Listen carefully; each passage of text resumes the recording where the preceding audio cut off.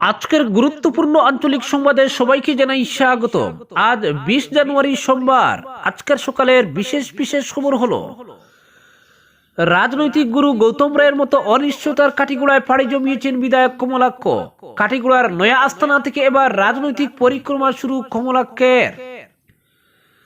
7 দিনের মধ্যে রাজ্যে বন্ধ হবে রেড হোল মাইনিং, ঘোষণা ডিজিপির। উমরাংশু কাণ্ডে গ্রেফতার আরো 6। আজ দায়িত্ব নিচ্ছেন ইউনূসের গ্রহণ। ট্রাম্পের বাংলাদেশ অবস্থানের দিকে সতর্ক নজর নতুন দিল্লির। আজ প্রেসিডেন্ট পদে শপথ ডোনাল্ড ট্রাম্পের। জিপি সিংকে সিআরপিএফ এর ডিজি পদে নিযুক্তি। দুঃসময়ের জন্য পিছু ছাড়ছে না কংগ্রেস নেতা রাহুল গান্ধীর। রাহুল গান্ধীর বিরুদ্ধে গুয়াহাটিতে দায়ের মামলা।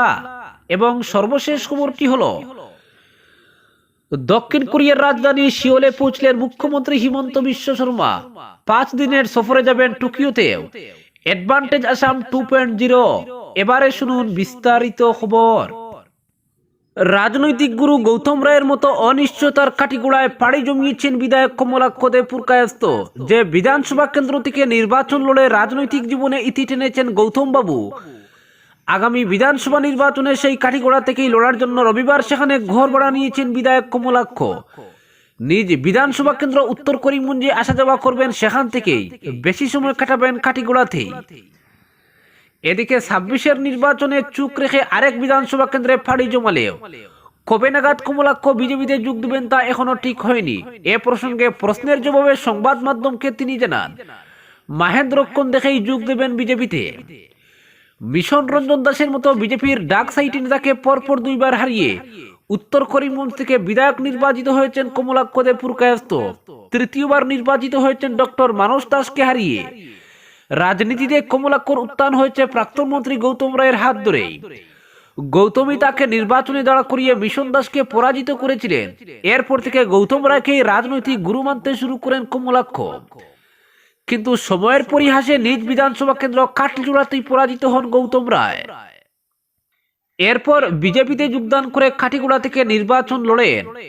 তিনি তখন পাঁচগ্রাম প্রশান্তি লজকে নিজের অস্থায়ী ঠিকানা হিসেবে গড়ে তোলেন। দিনরাত দৌড়ঝাঁপ করেন কাঠিগোড়ায়, কিন্তু পেরে উঠেননি, পরাজিত হতে হয় তাকে। এরপর কার্যত রাজনৈতিক ক্যারিয়ারই শেষ হয়ে যায় গৌতম রায়ের। রাজনৈতিক মহলের খবর, কাঠিগোড়া বিধানসভা কেন্দ্রে ঘরোয়া ষড়যন্ত্রের শিকার হয়েছিলেন গৌতম রায়। বর্তমানে সেই কাঠিগোড়াই নিজের রাজনৈতিক ভবিষ্যৎ স্থির করতে চাইছেন কমলাক্ষ।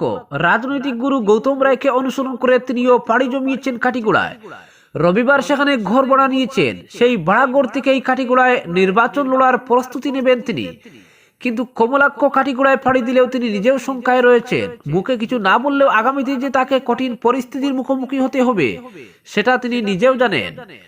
বিভিন্ন কারণে কাঠিগোড়া বরাকের মধ্যে খুবই গুরুত্বপূর্ণ বিধানসভা কেন্দ্র হয়ে রয়েছে। এক্ষেত্রে একজন বহিরাগত হয়ে নিজের পায়ের নিচের মাটি শক্ত করা কঠিন হয়ে দাঁড়াবে কমলাক্ষর কাছে।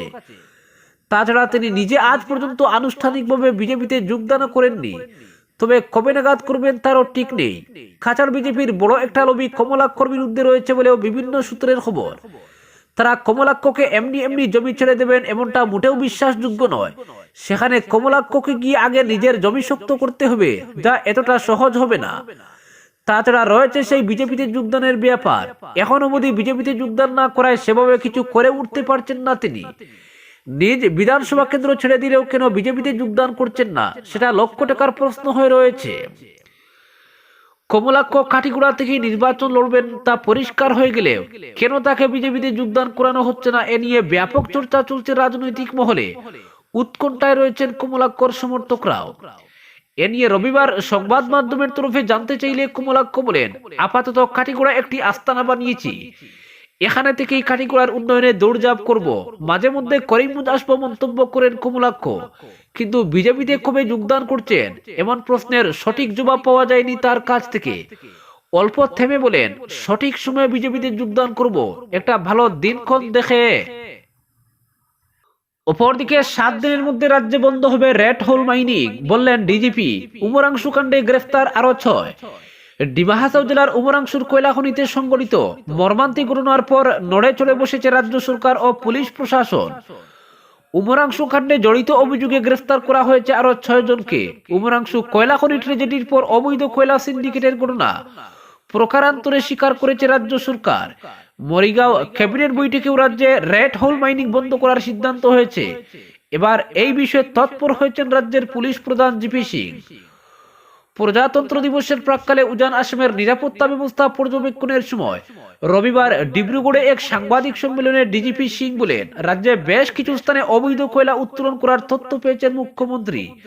তাই মুখ্যমন্ত্রীর নির্দেশে রাজ্যের বিভিন্ন স্থানে যেখানে রেড হোল মাইনিং রয়েছে তা সম্পূর্ণ বন্ধ করার ব্যবস্থা গ্রহণ করা হয়েছে।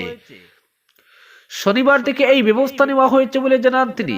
উজান আসাম সফরের সময় ডিজিপি, আইজিপি ও এসপি কে সঙ্গে নিয়ে লিডু, মার্গারিটা, লেখাপানি ইত্যাদি রেড হোল মাইনিং পরিদর্শন করেছেন। তিনি বলেন, ইতিমধ্যে খনি বিভাগ, জেলা প্রশাসন, পুলিশ প্রশাসন, কোল ইন্ডিয়া লিমিটেড, বন বিভাগকে রেড হোল মাইনিং বন্ধ করার নির্দেশ দেওয়া হয়েছে। নর্থ ইস্ট কোলফিল্ডের 2টি রেড হোল মাইনিং বন্ধ করা হয়েছে গত শনিবার। উমরাংশুতে এখন আর কোনো রেড হোল মাইনিং চলছে না। পরিত্যক্ত খাদানগুলো ইতিমধ্যে সিল করা হয়েছে বলেও জানান ডিজিপি।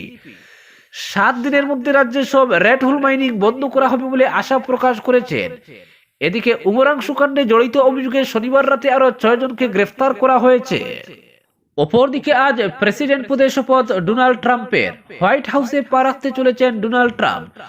দ্বিতীয়বারের জন্য মার্কিন প্রেসিডেন্ট হিসেবে তার শপথ নেওয়ার দিকে তাকিয়ে গোটা বিশ্ব, যার মধ্যে রয়েছে ভারতও।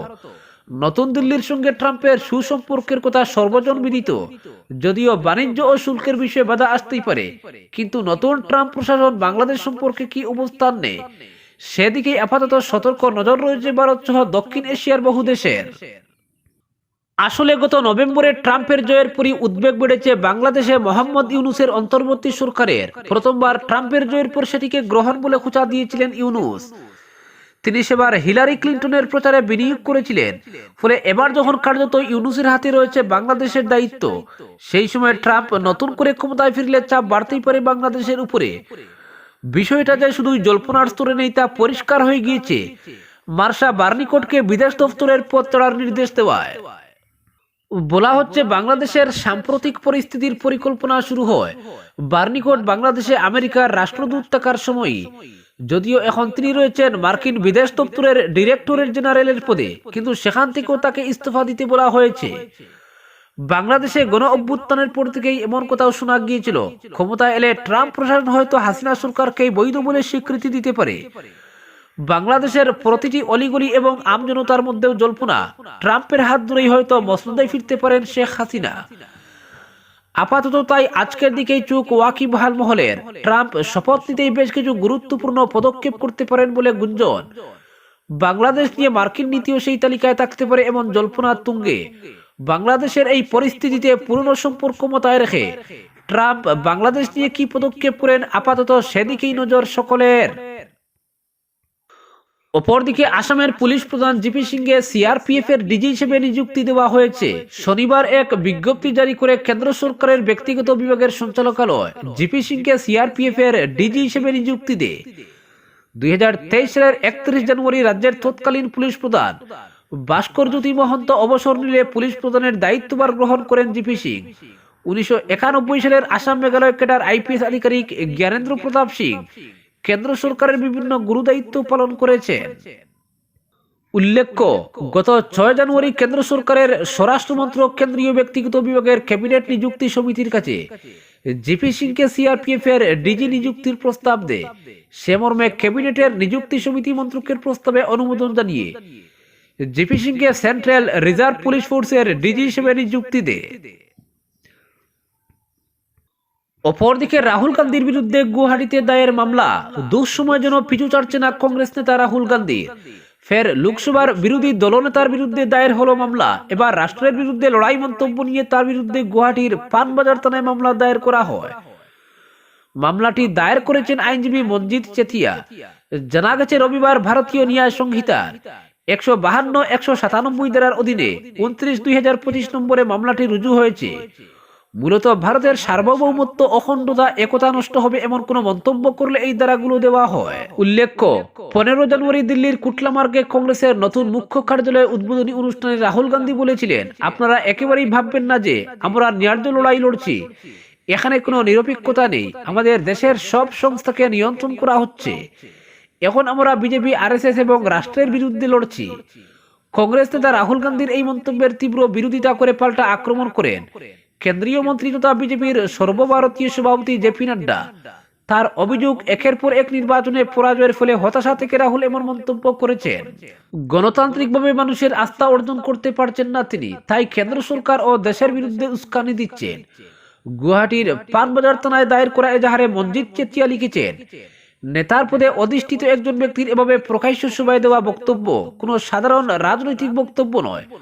বরিষ্ঠ রাজনৈতিক নেতা হিসেবে তার বক্তব্য বা বিবৃতি গুরুত্বপূর্ণ প্রভাব ফেলবে সমাজে। এজাহারে চেতিয়া আরো উল্লেখ করেছেন, রাষ্ট্রের সার্বভৌমত্ব ও অখণ্ডতা নষ্ট করার পাশাপাশি নির্বাচিত কেন্দ্র সরকার ও প্রধানমন্ত্রী নরেন্দ্র মোদীর বিরুদ্ধে বিদ্রোহ সৃষ্টি করার উদ্দেশ্যে এই মন্তব্য করা হয়েছে। বাক স্বাধীনতার সীমা ছাড়িয়ে গিয়েছেন রাহুল গান্ধী। লোকসভার বিরোধী দলনেতার বক্তব্য জাতীয় সুরক্ষার ক্ষেত্রে বিপজ্জনক, তাই দ্রুত তার বিরুদ্ধে ব্যবস্থা নিতে হবে, এজাহারে উল্লেখ করেছেন আইনজীবী মঞ্জিত চেতিয়া। অপরদিকে দক্ষিণ কোরিয়ার রাজধানী সিওলে পৌঁছলেন মুখ্যমন্ত্রী হিমন্ত। 5 দিনের সফরসূচি নিয়ে সিওল ও টোকিওর উদ্দেশ্যে যাত্রা করেন মুখ্যমন্ত্রী। রবিবার সিওলে পৌঁছান তিনি। সম্ভাব্য বিনিয়োগকারী, উদ্যোক্তা এবং ব্যবসায়ী নেতাদের কাছে অ্যাডভান্টেজ আসাম 2.0-র দৃষ্টিভঙ্গি তুলে ধরতে মুখ্যমন্ত্রীর এই সফর। শনিবার রাতে দিল্লি থেকে সিওলের উদ্দেশ্যে পাড়ি দেন তিনি। আগামী 21 জানুয়ারি রাতে জাপানের রাজধানী টোকিওতে যাবেন মুখ্যমন্ত্রী। এদিন মুখ্যমন্ত্রী হিমন্ত বিশ্ব শর্মা সিওলের বানপু হাঙ্গাং নদী পার্ক ঘুরে দেখেন। বানপু হাঙ্গাং নদীর কৃত্রিম দ্বীপ দেখে ব্রহ্মপুত্রেও একই ধরনের কৃত্রিম দ্বীপ নির্মাণ করে পর্যটকদের আকর্ষিত করা যায় কিনা সে নিয়ে আলোচনা করেন মুখ্যমন্ত্রী। সরকারি একটি সূত্র জানিয়েছেন, দক্ষিণ কোরিয়ায় থাকাকালীন মুখ্যমন্ত্রী হিমন্ত বিশ্ব শর্মা সে দেশের শীর্ষ নেতৃত্ব সহ বহু বিশিষ্ট শিল্পপতির সঙ্গে সাক্ষাৎ করবেন। আসন্ন অ্যাডভান্টেজ আসাম 2.0-তে তাদের আমন্ত্রণ জানানোই লক্ষ্য। সিওলে একটি রোড শোতে অংশ নেবেন মুখ্যমন্ত্রী। দক্ষিণ কোরিয়া সফর শেষে 21 জানুয়ারি মুখ্যমন্ত্রী রওনা দেবেন জাপানের উদ্দেশ্যে। জাপানের রাজধানী টোকিওতেও অনুরূপভাবে অ্যাডভান্টেজ আসাম 2.0-তে আসার জন্য শিল্পপতিদের আহ্বান জানাবেন। 21 থেকে 24 জানুয়ারি পর্যন্ত জাপানে বিভিন্ন কর্মসূচিতে ব্যস্ত থাকবেন মুখ্যমন্ত্রী। বিদেশ ভ্রমণ শেষে 25 জানুয়ারি দেশে ফিরবেন। উল্লেখ্য, অ্যাডভান্টেজ আসাম 2.0-র জন্য মুখ্যমন্ত্রী হিমন্ত বিশ্ব শর্মা গত ডিসেম্বর মাস থেকে শুরু করেছেন বিদেশ ভ্রমণ। পড়োশী দেশ ভুটানে গিয়ে সে দেশের রাজা, প্রধানমন্ত্রী এবং শিল্পপতিদের সঙ্গে সাক্ষাৎ করেন, তাদের অ্যাডভান্টেজ আসাম 2.0-তে আসার আমন্ত্রণ জানান। এরপর মুখ্যমন্ত্রী মুম্বাই ও দিল্লিতে ঘাঁটি গেড়ে দেশের শিল্পপতিদের আসামে বিনিয়োগের আহ্বান জানানোর পাশাপাশি অ্যাডভান্টেজ আসামের দ্বিতীয় সংস্করণে আসার আমন্ত্রণ জানান। আজকের বিশেষ সংবাদ এখানেই সমাপ্ত।